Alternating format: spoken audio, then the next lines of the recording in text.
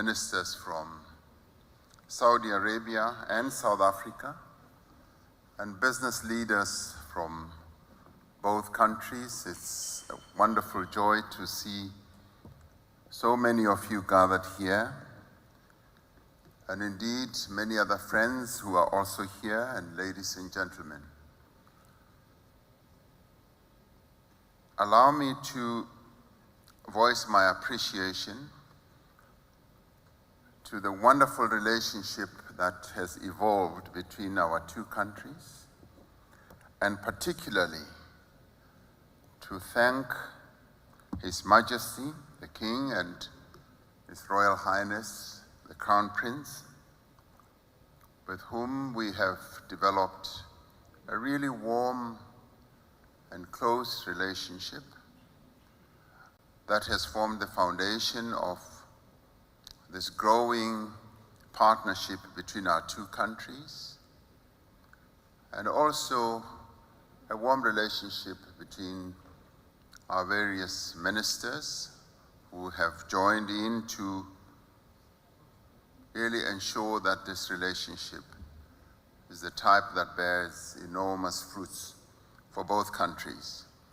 I do feel rather fortunate to have been able to join this concluding a business-to-business engagement between the private sectors of our two countries, and to have also had the wonderful progress that has been made in discussions between various private sector players from our two ministers.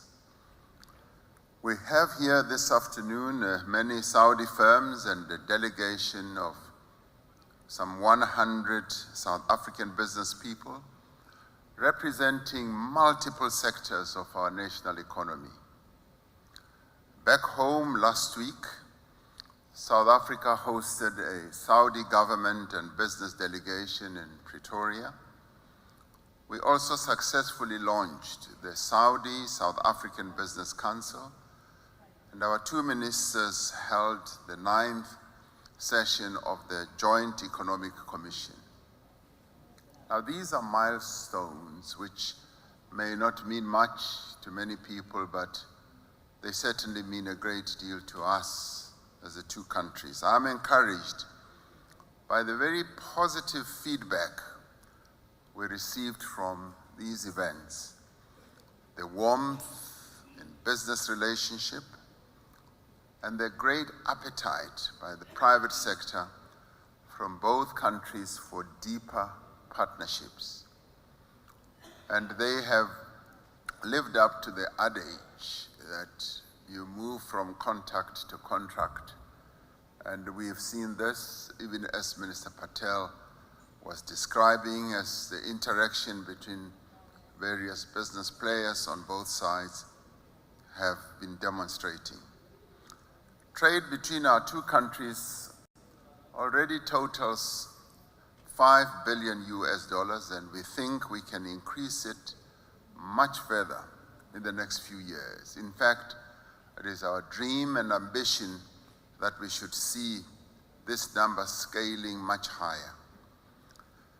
South Africa stands particularly ready to increase the overall export of a basket of goods with Saudi Arabia to bring together a balance to the trade account.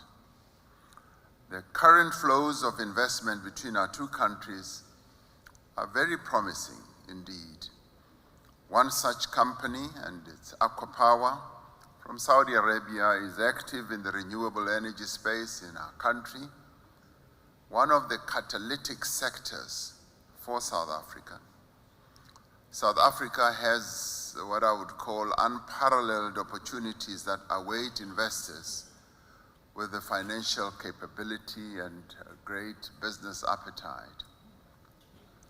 Just as Saudi Arabia is positioned as the gateway to the Middle East and to the region, South Africa is the gateway to a dynamic continent with great prospects. Africa is growing its output quite rapidly, and is urbanizing and has a young population. We already know that Saudi business sees itself as being part of Africa's success story.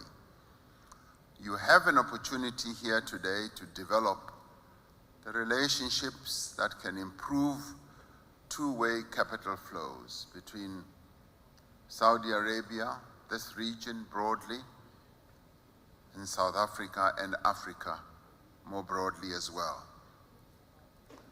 Our country, South Africa, is a leading mining economy, and mining has been an integral part of our economic history for over centuries. And it's pleasing to hear that your future beyond 2030 also involves mining. Local and international companies are active across many different value chains, from iron ore to platinum, palladium, gold, diamonds, coal, chromium, and many other minerals. If it could be said that oil is the lifeblood of the Saudi economy, such is mining to South African economy as well. We have the mineral resources, but also the capability, the capacity, and above all, the solid experience. Saudi Arabia is interested in developing its own substantial mining resources, as we've heard, and we look forward to engagement between our two respective countries where we can benefit each other on a mutual basis. We can offer expertise in mining services, in technologies, and in a range of equipment and components manufacturing that are used in the mining industry. There are many opportunities as well for joint venture partnerships. South Africa leads the way on the continent in terms of advanced manufacturing. We're the most industrialized country on the African continent. We also lead in science and technology that drives the export of our goods and services. Our firms can benefit from sharing ideas, they can benefit from sharing technologies and market knowledge in fields as diverse as green hydrogen, as has already been mentioned, petrochemicals, pharmaceutical products, and many others. South Africa is a favorable, reliable, and stable place to conduct business. We have a very sophisticated financial service sector, and we are Africa's deepest capital market, with a robust and strong rule of law as well as the protection of contracts and property rights. I want to call on Saudi business to be part of the renewed momentum of international investors that are now coming to South Africa. Through a targeted outreach to global and local businesses, we have so far attracted investment commitments to the value of approximately $70 billion, and this number is growing. We targeted $100 billion in a 5-year period, and we're going to far exceed that. Over the past 2 months, I have been at the launch of new investments across South Africa in a wide range of fields such as automotive, manufacturing, the green economy, packaging, and many others. This positive investor sentiment in South Africa is in part owing to the process of ongoing regulatory and legislative reforms that we have embarked upon, that we are also driving to make our economy more competitive, to attract more investments, and to create more jobs so that we can address the various challenges that our country faces at present, which is poverty inequality and unemployment. These far-reaching reforms we have embarked on are taking place in sectors such as energy, transportation, telecommunications, water, rail, our ports, and across network industries. And we have here in our delegation ministers who are dedicated in driving these reforms in these various sectors. Next year, I will host the 5th South African Investment Conference. That will take place in the first quarter of the year, and I want to use this opportunity to extend an invitation to the Saudi business community to join us, to be part of this massive drive of bringing investments to South Africa. And it's not just merely to bring investments, but to showcase various opportunities that the business community can be exposed to, sectors where they can make good money.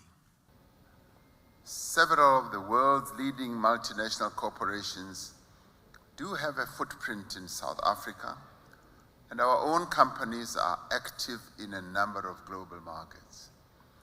This is as suppliers of food, cars, chemicals, precious metals, and many others. By equal measure, Saudi companies have access to capital, to know-how, and to various markets around the world. There are many opportunities for joint ventures and industrial partnerships between businesses on both our country's side, so as to foster greater growth and investment. For example, we can do partnerships in agro-processing, in fertilizer production, in chemicals. We can supply a wider range of various products to Saudi markets as well. South Africa's services sectors and professional skills are highly regarded across the Middle East. Our engineers, our doctors, and teachers have already made a huge mark here. We also have filmmakers, entertainment entrepreneurs, bankers, insurance firms, tourism companies, information and communication technology businesses who are also very ready to come here. And as you say, tourism is another huge sector. And I should also say that it's embarrassing that we do not have a direct flight from South Africa to Saudi Arabia. And with both of us being embarrassed, I think it creates a great opportunity to ensure that we do ensure that we connect the two countries. We also have pilots from South Africa who often come here.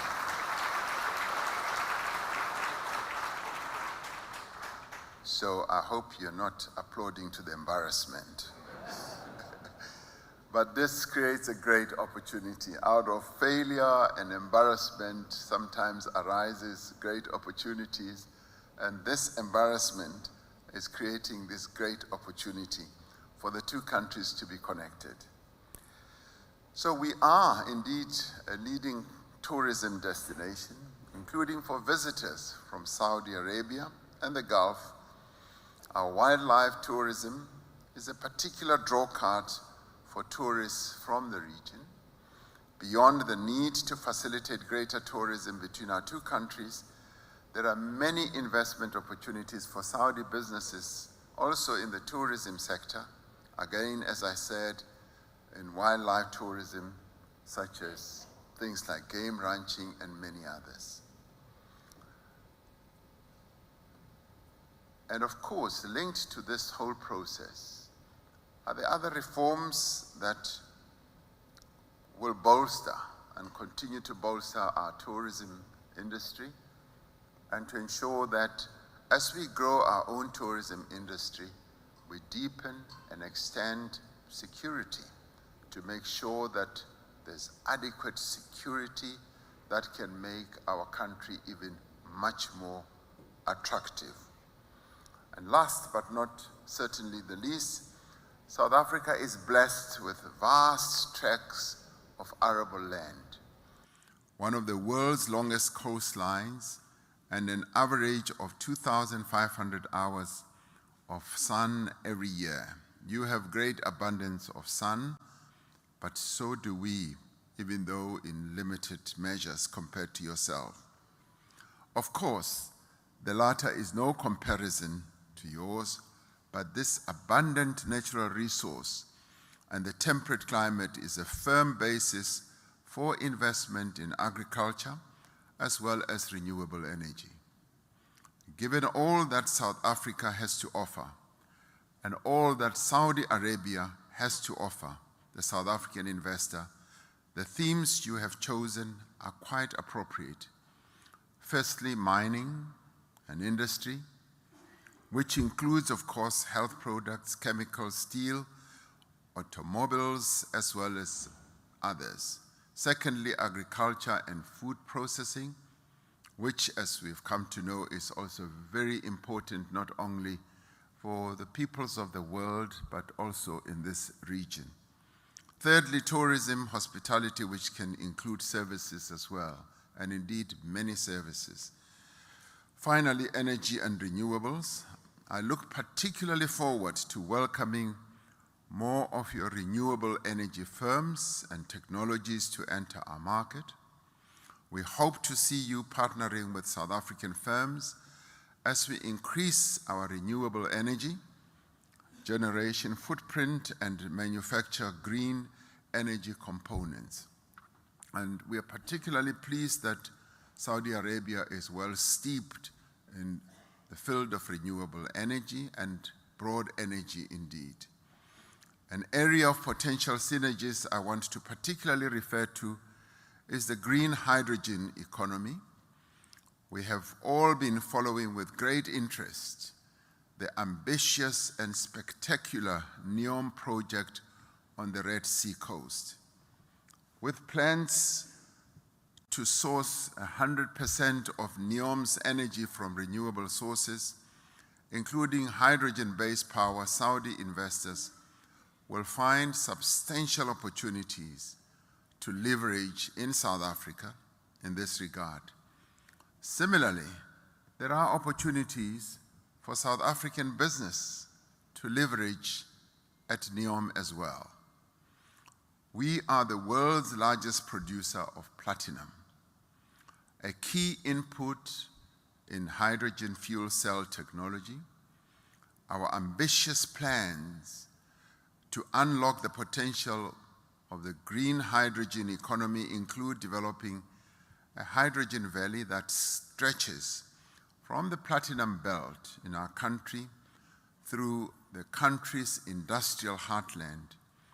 A number of multinational investors like Anglo American Platinum have already begun leveraging these opportunities. Saudi investment across the value chain of the green hydrogen economy will not just support South Africa's economic goals, but those of Saudi Arabia as well in its ongoing drive towards sustainability. I've taken note of the reports received about your discussions this morning, and I've also heard as I came in how these discussions have been going. And I take great heart from the progress that has been made, particularly in the identification of the great opportunities between our two countries. I'm told that here in Jeddah, business does not stop at 6 p.m. on a Saturday night, so I have no doubt these discussions will continue, not just this afternoon, but well into the evening as well. Fueled, of course, by the legendary cups of fragrant Saudi coffee that I've been lucky to sample since I arrived. We also welcome the joint ventures noted in the reports received and about various agreements being concluded between private sector firms.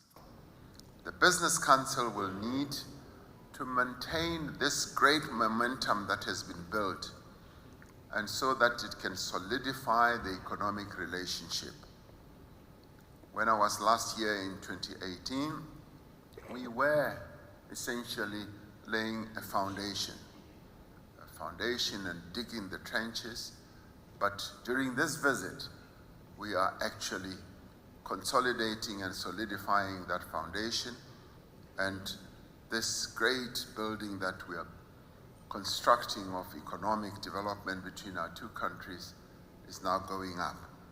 Saudi Arabia is a large consumer and capital market. It is also a country infused with foresight and great vision, and Vision 2030 being the roadmap for the kingdom's economic diversification. I welcome, therefore, the opportunity to work with all of you, and the work that you have already done, and the work that you have already done lays the basis for these opportunities, not only to be explored, but to explode. Later today, I'll be meeting the delegation led by His Royal Highness Crown Prince and a number of other government officials. Our ministers and senior officials will be signing several agreements that will solidify and consolidate the economic and broader relationship that has evolved between our two countries since 1994, when the founding father of our democracy, Nelson Mandela, came here. There will also be agreements to facilitate new investment, which means that we are now beginning the process of consolidating what we spoke about in 2018. And I call on the two business communities to seriously seize the opportunity with both hands and to build on the solid relationship that exists between our two governments. Once more, I'd like to thank you for receiving me and giving me this opportunity, an opportunity that I've taken to really recognize and appreciate the progress that has been made in your deliberations. And I thank you all. Thank you very much.